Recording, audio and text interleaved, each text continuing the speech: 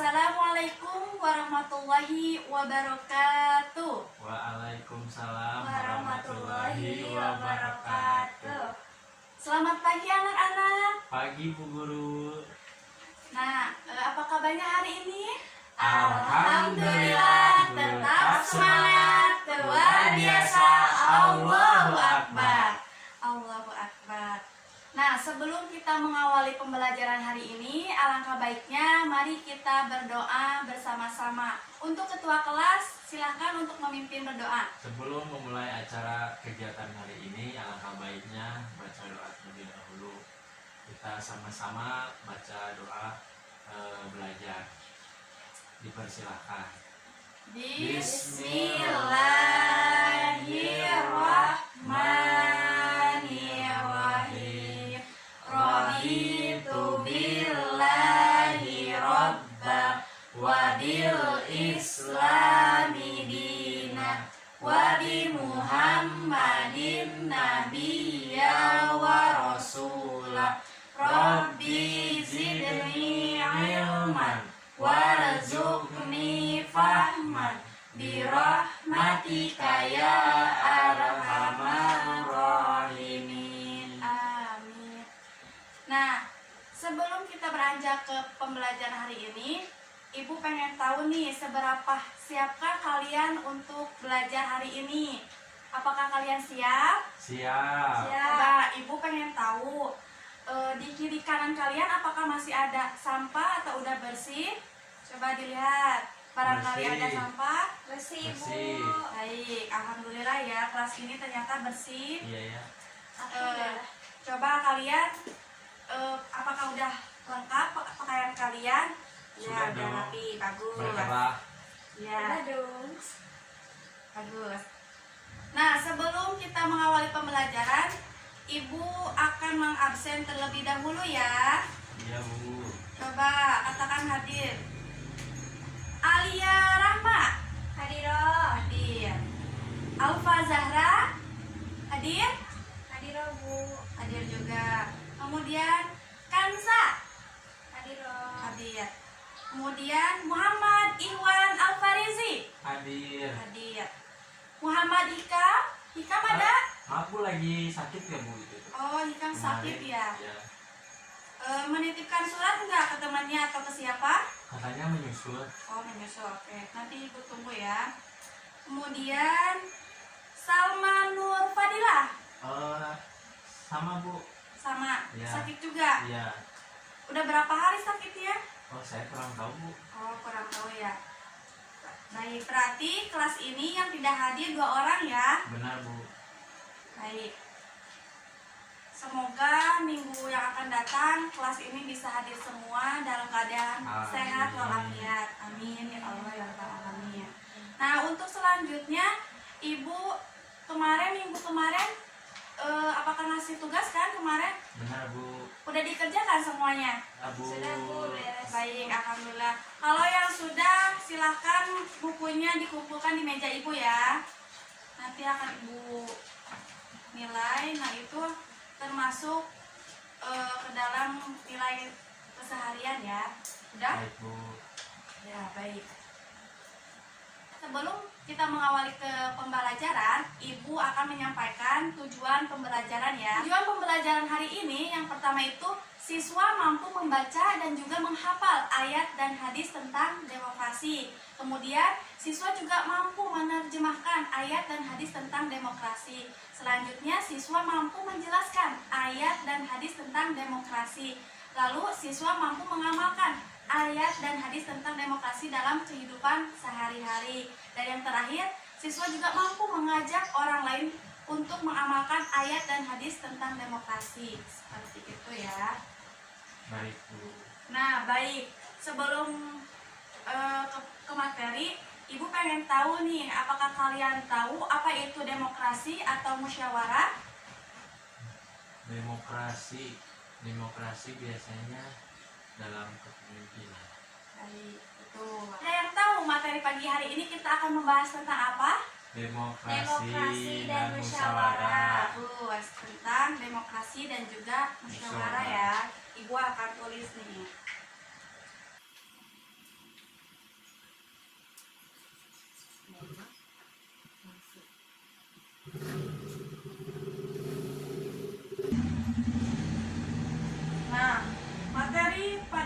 kali ini kita akan membahas tentang demokrasi dan musyawarah.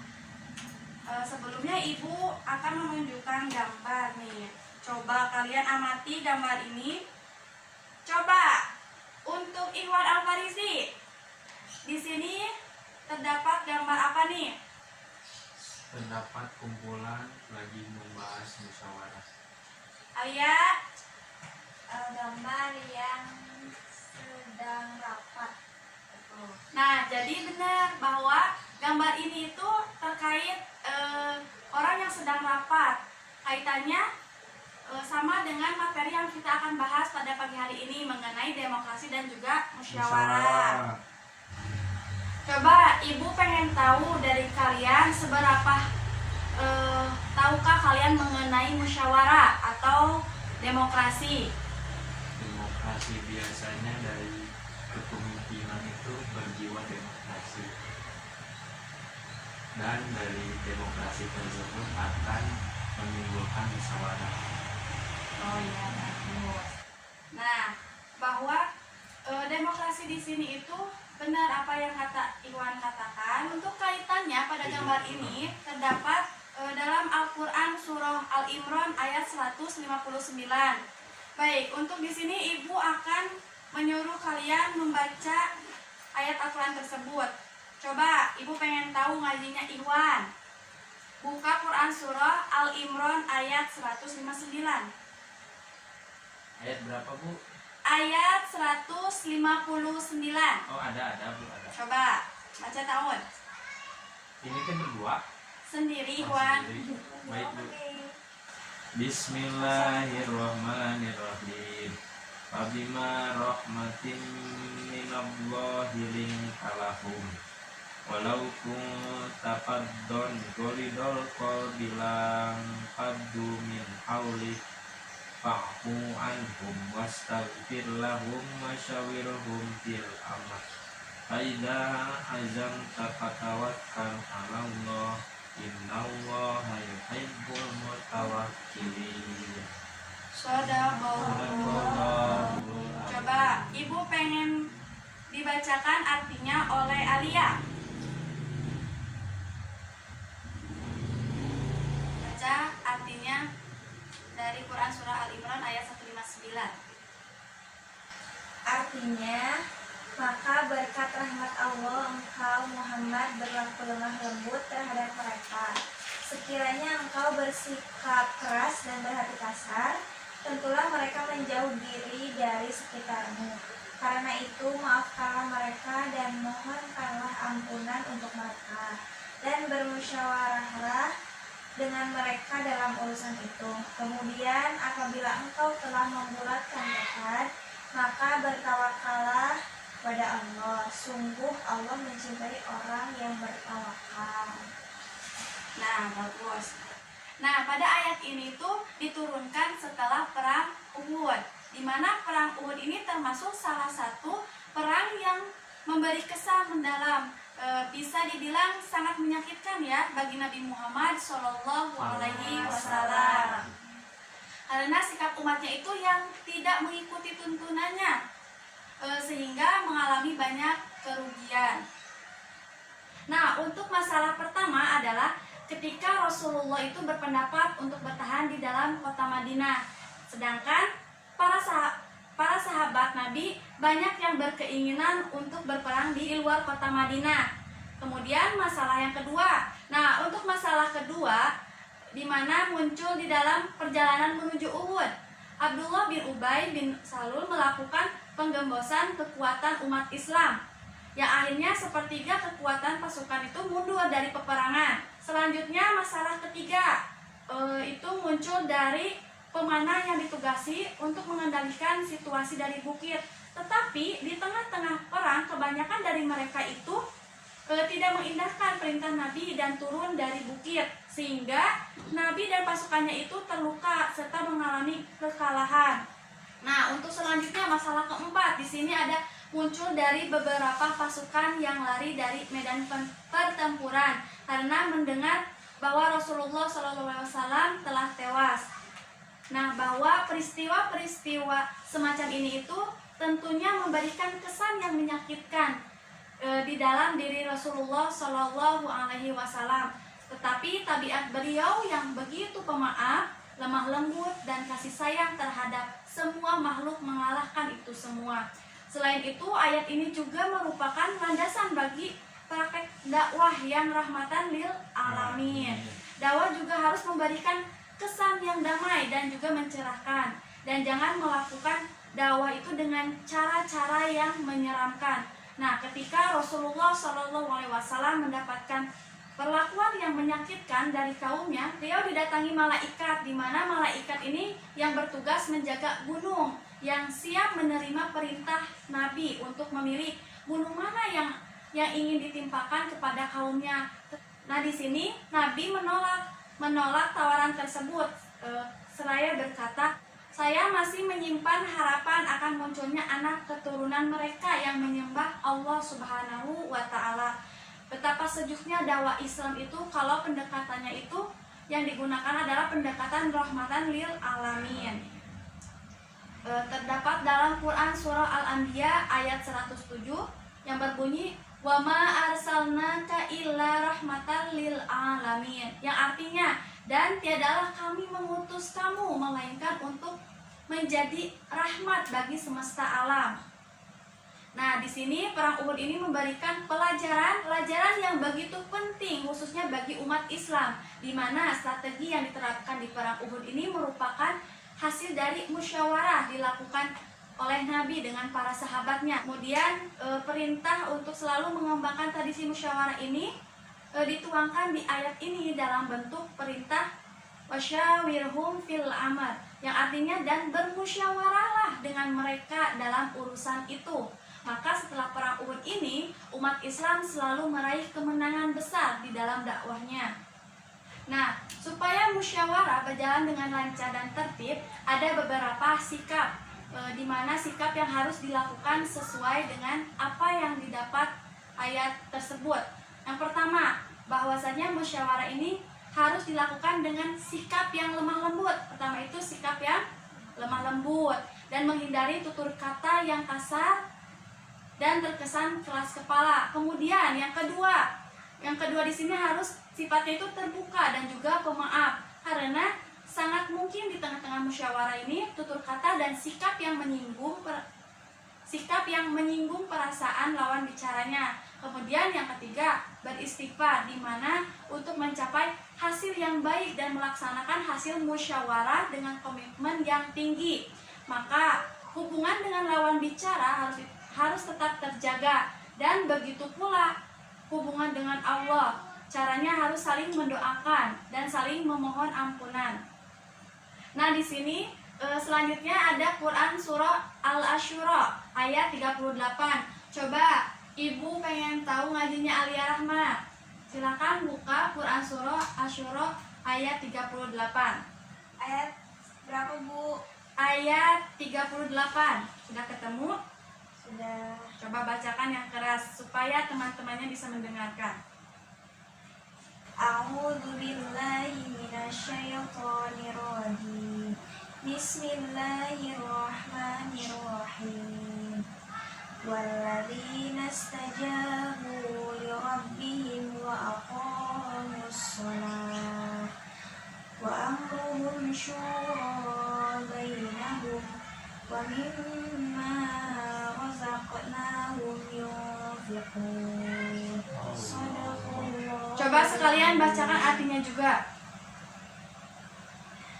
Artinya, dan bagi orang-orang yang menerima mematuhi seruan Tuhan dan melaksanakan sholat, sedang urusan mereka diputuskan dengan musyawarah antara mereka, dan mereka menginfakkan sebagian dari rezeki yang kami berikan kepada mereka. Jadi pada ayat ini menjelaskan mengenai tentang musyawarah, di mana musyawarah ini merupakan tradisi yang perlu ditumbuh kembangkan karena memberi ruang terbukanya potensi-potensi yang positif yang muncul dari orang-orang di sekitar kita. Tetapi komitmen melaksanakan dan mematuhi hasil musyawarah ini jauh lebih penting, dan bertawakallah kepada Allah. Itu dilakukan dengan komitmen yang tinggi melaksanakan hasil musyawarah. Nah, bahwa musyawarah memiliki peranan penting di dalam kehidupan bermasyarakat, dan Islam di sini sangat memperhatikan unsur ini, sehingga salah satu nama surat di dalam Al-Quran ada yang bernama surat Al-Asyura, dan ayat ini yang kita kaji ini adalah salah satu ayat yang terdapat di dalamnya. Selanjutnya ada hadis tentang kepemimpinan dan bermusyawarah. Nah, untuk selanjutnya di sini ada hadis tentang kepemimpinan dan musyawarah. Sini ibu akan membacakan artinya, yang artinya dari Auf bin Malik al-Asyja'i radhiyallahu anhu berkata, saya mendengar Rasulullah Shallallahu alaihi wasallam bersabda, sebaik-baiknya pemimpinmu adalah yang kamu mencintai mereka dan mereka juga mencintai kamu. Kamu mendoakan mereka dan mereka juga mendoakan kamu. Dan sejelek-jeleknya pemimpinmu adalah kamu yang membenci mereka dan mereka juga membencimu. Dan kamu melaknat mereka dan mereka juga melaknat kamu. Kemudian kami para sahabat bertanya, apakah pemimpin yang demikian itu boleh kita turunkan? Rasulullah SAW menjawab, tidak, selama mereka mendirikan sholat di tengah-tengah kamu. Kemudian Imam Muslim mencantumkan hadis ini di dalam bab pemimpin yang baik dan pemimpin yang jahat, di mana Ibnu Hibban memberi judul kewajiban menaati imam dan menjaga keutuhan jamaah. Nah, dari judul-judul yang ditulis oleh para ulama di situ dapat disimpulkan bahwa semangat hadis-hadis seperti ini mengajak kita semua untuk selalu menaati pemimpin yang terpilih secara sah. Selama tidak mengajak kita melakukan untuk maksiat kepada Allah, ada sebuah kaidah umum yaitu la ta'at li makhluqin fi maksiatil khaliqin, yang artinya tidak ada ketaatan bagi makhluk di dalam bermaksiat kepada penciptanya. Nah, hadis ini secara global di mana membicarakan tentang kriteria pemimpin yang baik dan pemimpin yang tidak baik. Nah, pemimpin yang baik di sini adalah di mana pemimpin yang mencintai suatu rakyatnya dan rakyat juga mencintai pemimpinnya. Dan kedua belah pihak ini saling mendoakan dalam kebaikan. Sementara pemimpin yang tidak baik adalah pemimpin yang sangat dibenci oleh rakyatnya dan juga membenci rakyatnya juga dan saling mendoakan celaka. Seperti itu. Nah, dalam berhubungan dengan tema musyawarah, maka rakyat di sini akan ikut senang, di mana senang dengan pemimpin yang mengedepankan suatu musyawarah, baik itu terbuka untuk menerima kritik atau masukan dari semua pihak, serta berkomitmen melaksanakan kebijakan dan kesepakatan yang telah ditetapkan. Nah, ini juga merupakan bagian terpenting dari ajaran agama Islam. Nah, baik, untuk selanjutnya di sini ada hadis tentang kepemimpinan dan juga amanah. Nah, di sini ada hadisnya, di mana yang artinya bahwa Rasulullah SAW bersabda, maka apabila amanah sudah diabaikan atau hilang, maka tunggulah atau datangnya hari kiamat. Dia bertanya, bagaimana mengabaikan amanah itu? Kemudian Rasulullah SAW bersabda, apabila urusan kepemimpinan ini diserahkan kepada yang tidak ahli, maka tunggulah datangnya kiamat. Hadis riwayat Bukhari. Nah, bahwasanya hadis Abu Hurairah radhiyallahu anhu ini mempunyai latar belakang atau asbabul wurud. Ringkasannya itu ketika Rasulullah SAW berada di suatu majelis yang sedang berbicara dengan beberapa orang sahabat, kemudian datanglah seseorang yang bertanya kepada Nabi tentang kapan datangnya kiamat atau kehancuran ini. Nah, kemudian maka Rasulullah SAW bersabda seperti yang tertera yang tadi, bahwasanya pesan penting yang ditekankan di dalam hadis tersebut ini adalah kewajiban menjaga suatu amanah. Nah, amanah di sini adalah semua kewajiban yang harus kamu tunaikan kepada yang lain karena menjadi haknya yang harus diterima. Maka ilmu adalah amanah. Kewajiban agama merupakan amanah. Kemudian kita sebagai anak itu juga statusnya sebagai titipan Allah atau juga bisa disebut dengan amanah ya. Nah, mana yang paling berat ini adalah sebagai seorang pemimpin, di mana karena di pundaknya itu dibebankan sebuah tanggung jawab untuk memenuhi hak Allah, hak manusia, hak makhluk dengan yang lainnya dan alam sekitar. Ketika urusan besar ini diserahkan kepada mereka yang tidak mampu menjaga suatu amanah dalam bentuk apapun, maka tunggulah tanggal kehancurannya. Nah, untuk sebagai seorang pemimpin yang memegang amanah adalah pemimpin yang mampu mendorong umatnya itu untuk mendapatkan haknya, baik itu hak berbicara, hak menyampaikan pendapat, hak mengkritisi dan memberikan masukan kepada pemimpinnya itu dengan cara yang santun. Nah, dalam hal ini merupakan bentuk mengembangkan tradisi musyawarah di dalam pemerintahan. Nah, untuk selanjutnya ini adalah hak berbicara dan kebebasan menyampaikan pendapat. Nah, di sini juga ada batasan dan etika yang harus kita penuhi. Nah, di antaranya yang pertama, kita ini tidak berniat untuk menjatuhkan pemerintahan. Nah, benar-benar disampaikannya itu dengan dalam rangka memberikan nasihat dan juga masukan. Kemudian, selanjutnya bahwa pendapat ini disampaikan harus dilandasi dengan teori ilmiah yang bisa diuji kelayakannya dan tidak menganggap bahwa pendapatnya itu paling benar, karena belum tentu bahwa pendapatnya tersebut itu lebih baik daripada pendapat orang lain. Untuk selanjutnya di sini ada juga pendapat yang disampaikannya itu jangan sampai menimbulkan fitnah atau kekacauan di tengah masyarakat. Nah, jadi musyawarah di sini adalah salah satu bentuk dari pelaksanaan dakwah amar ma'ruf nahi mungkar. Hingga kalau musyawarah dalam konteks ini memberi masukan kepada pemimpin, kemudian dilaksanakan dengan santun dan juga sopan, maka termasuklah salah satu bentuk jihad, sebagaimana yang disabdakan oleh Nabi Shallallahu Alaihi Wasallam bersabda, yang artinya bahwasanya jihad yang paling utama adalah menyampaikan kebenaran kepada penguasa yang zalim. Hadis riwayat Abu Dawud dan Tirmizi. Nah, jadi seperti itu ya, bahwa musyawarah itu tujuannya itu untuk memberikan solusi terhadap suatu masalah. Sampai di sini ya, apakah bisa dipahami?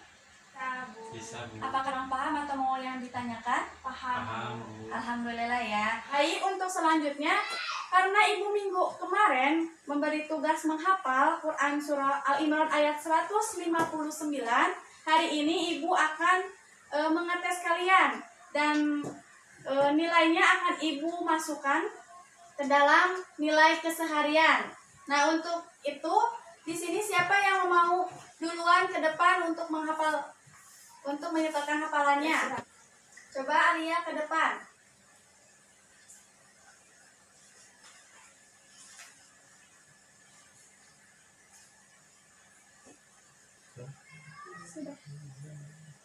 Ya, mulai.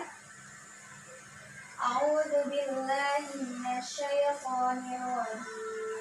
Bismillahirrahmanirrahim.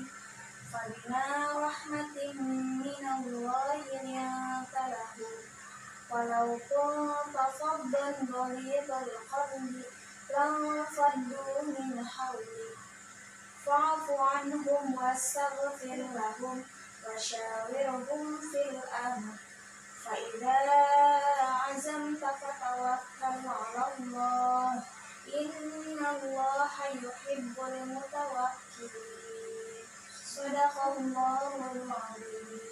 Ya, alhamdulillah. Untuk selanjutnya siapa lagi? Alia, berarti tuntas ya. Untuk selanjutnya Al-Fazara.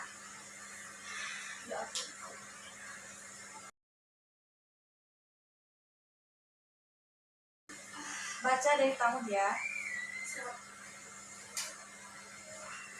أعوذ بالله من الشيطان الرجيم بسم الله الرحمن الرحيم فبما رحمة من الله لنت لهم ولو كنت فظا غليظ القلب لانفضوا من حولك فاعف عنهم واستغفر لهم وشاورهم في الأمر فإذا عزمت فتوكل على الله إن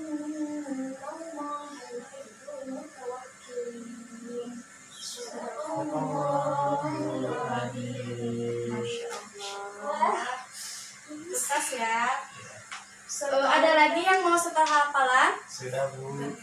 Muhammad Iwan? Nanti aja Bu. Nanti saja. Belum hafal. Baik. Alhamdulillah ya, kelas ini sebagian sudah ada yang menyetor hafalannya. Paling saya besok. Baik. Ibu tunggu ya, yang belum bisa minggu depan, terakhir minggu depan ya. Baik Bu. Jadi bagi yang belum hafal bisa menghafal dulu. Iya baik Bu. Nah, baik, untuk selanjutnya di sini Ibu mempunyai beberapa kotak atau bisa dibilang ini namanya besek ajaib ya. Di mana besek ini tuh di dalamnya itu terdapat beberapa soal. Jadi kalian akan Ibu panggil satu persatu, kemudian untuk memilih warna apa saja. Kemudian di dalamnya kan ada soal. Nanti Ibu kalian bacakan, kemudian Ibu memberi waktu kepada kalian beberapa menit ya, 3 menit atau 2 menitan. Ya, nanti kalian akan menjawab sepemahaman kalian ya. Baik Bu. Baik, kita mulai. Nah, baik. Untuk games kali ini Ibu pengen kalian berdiri ya semuanya. Berdiri anak-anak. Siap. Coba Ibu kasih timer dulu ya. Jadi waktunya itu 3 menit. Coba absen pertama Alfa Zara. Coba Alfa Zara. Milih. Ya, milih. Coba. Sekarang. Ibu akan kasih waktu. Ibu akan kasih waktu selama 3 menit. Dimulai. Silakan buka. Coba bacakan pertanyaannya. Bagaimanakah karakter pemimpin yang kamu senangi? Mengapa? Coba jawabannya. Kita mulai. Ya, silakan bisa dijawab. Karakter pemimpin yang saya sukai seperti karakter pemimpin Rasulullah SAW. Beliau mempunyai karakter yang tentunya amanah, fatonah, sidik, tablik. Lalu selain keempat sifat itu, kenapa apa suka karakter dari Rasulullah? Karena beliau dalam mengambil suatu keputusan atau solusi dari suatu permasalahan, beliau tidak menyalahkan salah seorang, tidak membenarkan salah seorang, tetapi beliau mencari solusi dari permasalahan tersebut yang tidak menyalahkan salah seorangnya. Jadi sehingga tidak ada perselisihan. Jadi mengambil jalan Ya, waktunya 1 menit lagi ya. Ya udah gitu aja. Cukup? Baik, beri tepuk tangan untuk teman kalian. Coba kembalikan lagi soalnya. Ibu. Ini yang sudah. Untuk selanjutnya, Ibu akan panggil yaitu Alia Rahma. Boleh, cepat pilih. Coba sebutkan. Bacakan. Apakah tujuan utama dilaksanakan musyawarah? Baik. Ibu pengen lihat soalnya. Untuk pertanyaannya, apakah tujuan utama dilaksanakannya suatu musyawarah? Coba jawab. Ibu kasih waktu 3 menit. Dimulai dari sekarang. Tujuan utama dari adanya musyawarah ialah untuk mengambil keputusan atas suatu masalah yang ada. Waktunya bentar lagi. Ruang lingkup dari musyawarah itu. Dengan demikian, setiap masalah akan mendapatkan solusi yang lebih baik. Karena dalam musyawarah itu ada banyak pemikiran, sehingga pendapat yang dapat menjadi pertimbangan itu akan menjadi solusi. Ya, jadi bahwasanya diadakannya suatu musyawarah di situ akan membuahkan suatu solusi dalam suatu masalah. Nah, untuk yang terakhir Muhammad Iwan Al-Farizi ke depan. Ambil salah satu ya. Coba bacakan. Pak, Ibu bacakan ya soalnya.